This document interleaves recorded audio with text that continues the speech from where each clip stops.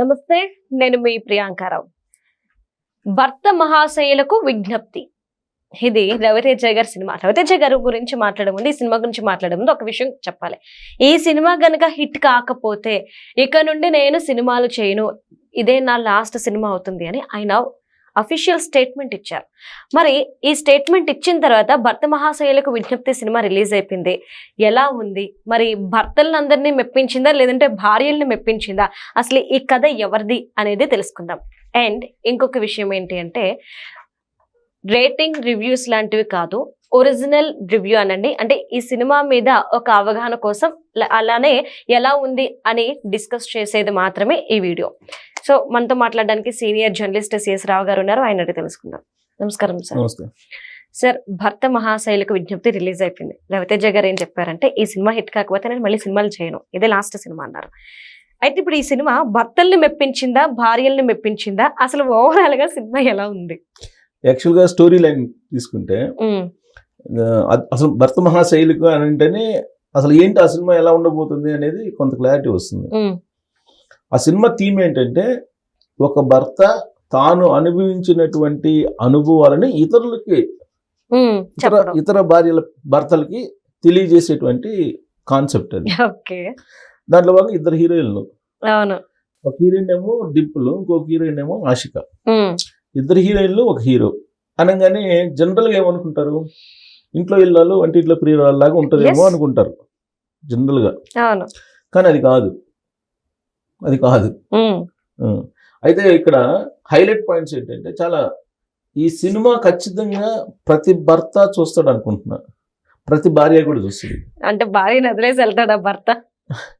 అంటే 2 క్వశ్చన్లు అడుగుతారు వీళ్ళిద్దరు, రవితేజ అని, రాజు అతని పేరు కూడా. సో వాళ్ళిద్దరు 2 క్వశ్చన్లు అడుగుతారు. ఆ క్వశ్చన్లకి అతను ఇచ్చేటువంటి జవాబు ఏంటి అనేది అసలు పోతే క్యూరియాసిటీ. ఆ డైలాగ్ ఏంటంటే ఒకటి. 2 ఏంటంటే, ఆల్రెడీ పెళ్లి చేసుకుని ఉంటారు కదా, పెళ్లి చేసుకున్న ప్రతి ఒక్క భర్తకి తన లైఫ్ లో ఎక్కడో దగ్గర ఒక కనెక్షన్ అనేది ఏర్పడుతుంది, ఏదో ఒక పరిచయం ఉంటుంది డెఫినెట్ గా. అక్కడ ట్విస్ట్ చేస్తారు. ఆ రెండో అదే హీరోయిన్ తోటి అక్కడ టచ్ ఉంటుంది. అలా అని చెప్పి లవర్ కాదు, జనరల్ గా లవరు ఇవన్నీ ఉంటాయి, లవ్ జోన్ ఇవన్నీ చూపిస్తారు ఫ్లాష్ బ్యాక్ లో. బట్ అటు కాదు. అలా కాకుండా ఒక భర్తకి పాత పరిచయాలు తన జీవితంలో ఉంటే ఒక భార్య ఎలా వ్యవహరిస్తుంది అనేది కొన్ని సినిమాలు ఉన్నాయి. అంటే సంక్రాంతికి వస్తున్నాం లాగానా? కొంత అది కాదు, డిఫరెంట్ గా. జనరల్ గా హరాస్మెంట్ ఉంటుంది కదా భర్తకి, ఏది పరిచయాలు ఉన్నాయో తెలియగానే. అలా కాకుండా దీన్ని ట్విస్ట్ చేసాడు ఈ సినిమాలో. అది ఒకటి. 2 బ్యాక్ టు బ్యాక్ కామెడీ. ఇది ఫుల్ ఫ్లెడ్జ్డ్ గా ఫ్యామిలీ ఎంటర్టైనర్. ఇది ఫుల్ ఫ్లెడ్జ్డ్ గా. దీంట్లో రవితేజ కామెడీ ఎలా పండిస్తాడో తెలుసు కదా. అదే తోపు సార్. రవితేజ టైమింగ్ అనేది కామెడీ ట్రాక్ లో మామూలుగా ఉండదు. అవును. సో అది అద్భుతంగా అదిరిపోయిందని చెప్పి ఆ సినిమా చూసిన వాళ్ళు ఎవరైనా అంటారు డెఫినెట్ గా. ఇక దాంట్లో సత్య అండ్ సునీల్ వీళ్ళు కామెడీ ట్రాక్ వాళ్ళు పండిస్తారు బ్యాక్ టు బ్యాక్, చాలా బాగుంటుంది. అలాగే సాంగ్స్ కూడా అద్భుతంగా ఉన్నాయి. సో ఇక్కడ బ్యాక్గ్రౌండ్ మ్యూజిక్ అద్భుతంగా ఉంది. స్క్రీన్ ప్లే బాగుంది. అలా అని చెప్పి స్టోరీ ఏమైనా బలమైన స్టోరీ ఉందా అంటే లేదు, మళ్ళా నార్మల్.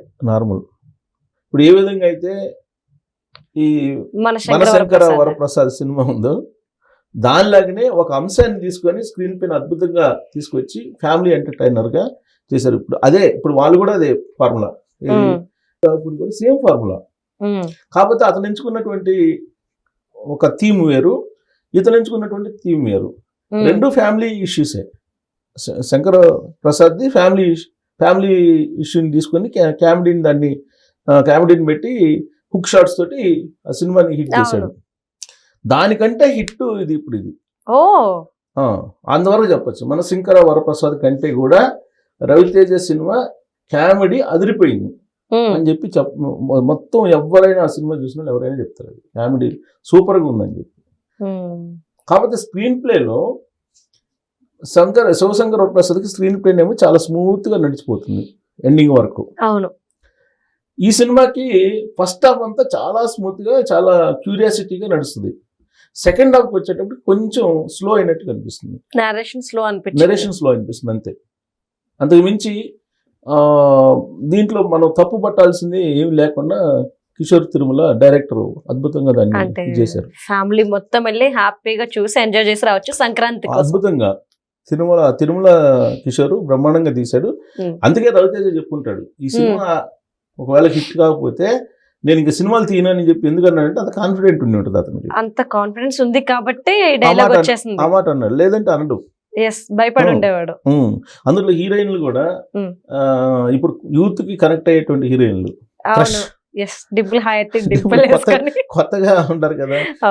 ఇప్పుడు శంకర్ వరప్రసాద్ అయితే మనకి నయనతార ఆల్రెడీ అందరికి నోన్ కదా, కానీ వీళ్ళు అట్టు కాదు, కొత్త వాళ్ళు డింపుల్ కానీ రెండో హీరోయిన్. సో వీళ్ళు కనెక్ట్ అవుతారు, వీళ్ళ క్యారెక్టర్స్ కూడా కనెక్ట్ అవుతాయి. సో అన్ని రకాలుగా దీన్ని మసాలా అద్దాడు ఈ సినిమాకి. సార్ అంటే సినిమా రిలీజ్ అవడానికి ఒక 2 days ముందు ఒక న్యూస్ బయటకు వచ్చింది. డింపుల్ హైతే ఒక ఇంటర్వ్యూలో చెప్పింది అనమాట, నేను దాసరి నారాయణ గారి మనవరాలిని అని. సో అంటే ఈ స్టేట్మెంట్ కూడా మూవీకి కలిసి వచ్చింది అని అనుకోవచ్చా? ఎక్కువ మంది ఓకే దాసరి గారి మనవరాలు కదా ఒకసారి చూద్దాం, ఇప్పటి వరకు చూసింది వేరు ఇప్పుడు చూసింది వేరు అన్న పాయింట్ ఆఫ్ వ్యూ వెళ్ళడానికి, బజ్ క్రియేట్ అవ్వడానికి. డెఫినెట్ గా ఉంటుంది కదా. దాసరి నారాయణ గారు అంటే చిన్న డైరెక్టర్ కాదు, సినిమాకి ప్రొడ్యూసర్, సినిమాకి పెద్ద, అందరికీ కావలసినటువంటి ఒక మానవీయ కోణంలో ఉండేటువంటి వ్యక్తి ఆయన. సరే అంటే భౌతికంగా మన దగ్గర లేకపోయినప్పటికీ ఆయన మీద ఎవరు కూడా సినిమాకి సంబంధించి ఇండస్ట్రీ వాళ్ళు ఎవరు ఒక ఆరోపణ కానీ విమర్శ కానీ చెయ్యరు. దాసరి గారు అందరికీ న్యాయం చేస్తారు అనేది ఉంది. పైగా కార్మికులకి బాగా, సినిమా కార్మికులకి బ్రహ్మాండంగా చేస్తారని తెలుసు. సో ఈ సినిమాలో సత్య సునీల్ కామెడీ బాగా హైలైట్, పాజిటివ్ పాయింట్ చెప్తున్నా. తర్వాత రవితేజ కామెడీ టైమింగ్, తర్వాత మాస్ మహారాజా ఎనర్జీ, ఆ ఎనర్జీ ఇప్పటికీ తగ్గలేదు, ఎప్పటిలాగే అది కనిపిస్తుంది అనమాట. ఫస్ట్ హాఫ్ ఫుల్ జాలీగా నడిచిపోద్ది, ఆ సినిమా థియేటర్లో కూర్చున్నట్టు కూడా ఫీల్ ఉండదు, అంత జాలీగా నడిచిపోద్ది. Back to back comedy scenes ఉన్నాయి దాంట్లో, అద్భుతంగా ఉంది. తర్వాత భీమ్స్ సుసల్య మ్యూజిక్, ఇది బ్యాక్గ్రౌండ్ హైలైట్. ఇప్పుడు మీకు శంకర్ ప్రసాద్లో బ్యాక్గ్రౌండ్ వీక్, ఒక సాంగ్ తప్ప మిగతా వీక్, కానీ ఇక్కడ బ్యాక్గ్రౌండ్ చాలా హిట్. తర్వాత ఓవర్సీస్ లో యుఎస్ లో కానీ యూకేలో కానీ ప్రీమియర్ లో 100% పాజిటివ్ టాక్ అవుతుంది. యూకే యుఎస్ లో వాళ్ళకి కావాల్సిన ఎంటర్టైన్మెంట్, ఫ్యామిలీ ఎంటర్టైన్మెంట్ బ్రహ్మాండంగా వర్కౌట్ అయింది, కామెడీ ఎంటర్టైన్మెంట్ అంటున్నారు. ఇక రన్ టైం వచ్చేసి 2 గంటల 10 నిమిషాలు. ఎలా అయిపోతుందో తెలియదు, అంత ఈజీగా అయిపోతుంది. 2 గంటల 10 నిమిషాలు అప్పుడే అయిపోయింది అన్నట్టుంటుంది. సో దీనికి నెగిటివ్ పాయింట్స్ ఏదైనా చెప్పుకోవాలనుకుంటే కదా, యూఎస్లు కానీ యూకే రివ్యూలు కానీ, లేదంటే ఇక్కడ మన వాళ్ళు దాని ప్రకారం 11వ తారీఖు వాళ్ళు రిలీజ్ అయింది కదా, కథా స్క్రీన్ ప్లే అనేది ఫ్రెష్ ఏం కాదు, పాతదే కొత్త తరహాలో చూపించాడు అంతే. బలమైనటువంటి కథ ఏం లేదు దీంట్లో. ఇక సెకండ్ హాఫ్ కొంచెం స్లో అవుతుంది. తర్వాత మన స్కిట్లు చూస్తుంది కదా, అలా కొంచెం కొన్ని కనిపిస్తాయి. ఎమోషనల్ అనేది కొంచెం ల్యాగ్ అయినట్టు కనిపిస్తుంది. ఇది యాక్చువల్గా ఫైనల్గా దీనికి దాదాపుగా 3.54 రేటింగ్ ఇస్తున్నారు. ఓ మై గాడ్, 5కి 4 రేటింగ్ ఇస్తున్నారు. అంటే హిట్ అని హిట్ టాక్ సార్, యావరేజ్ కూడా కాదు. వాళ్ళకి అంత నమ్మకం ఉండబట్టే వాళ్ళే సినిమా టికెట్లు పెంచుకోలేదు. అవును, సినిమా టికెట్ లేదు, నార్మల్ టికెట్ రేటింగ్ వాళ్ళు అసలు గవర్నమెంట్ దగ్గరికి వెళ్ళలేదు, మామూలుగా సినిమా రిలీజ్ చేశారు అంతే. సో అంత నమ్మకం ఉంది రవితేజకి. రవితేజ నమ్మకం డెఫినెట్ గా ప్రేక్షకులు ఆదరిస్తారు ఆ సినిమాని చూస్తే. అలా ఉంది. ఈ సంక్రాంతికి అన్ని కూడా కామెడీ మూవీస్ ఎక్కువ వచ్చేస్తున్నాయి. ఎందుకు అంటే ఇప్పుడు మన శంకర్ వరప్రసాద్ సేమ్, భర్త మహాశయులకు సేమ్, అనగనగా ఇది వస్తుంది అది సేమ్, నవీన్ పోలిశెట్టిది, నెక్స్ట్ వచ్చేసి ఇంకొకటి సినిమా వస్తుంది సార్ సర్వానందది.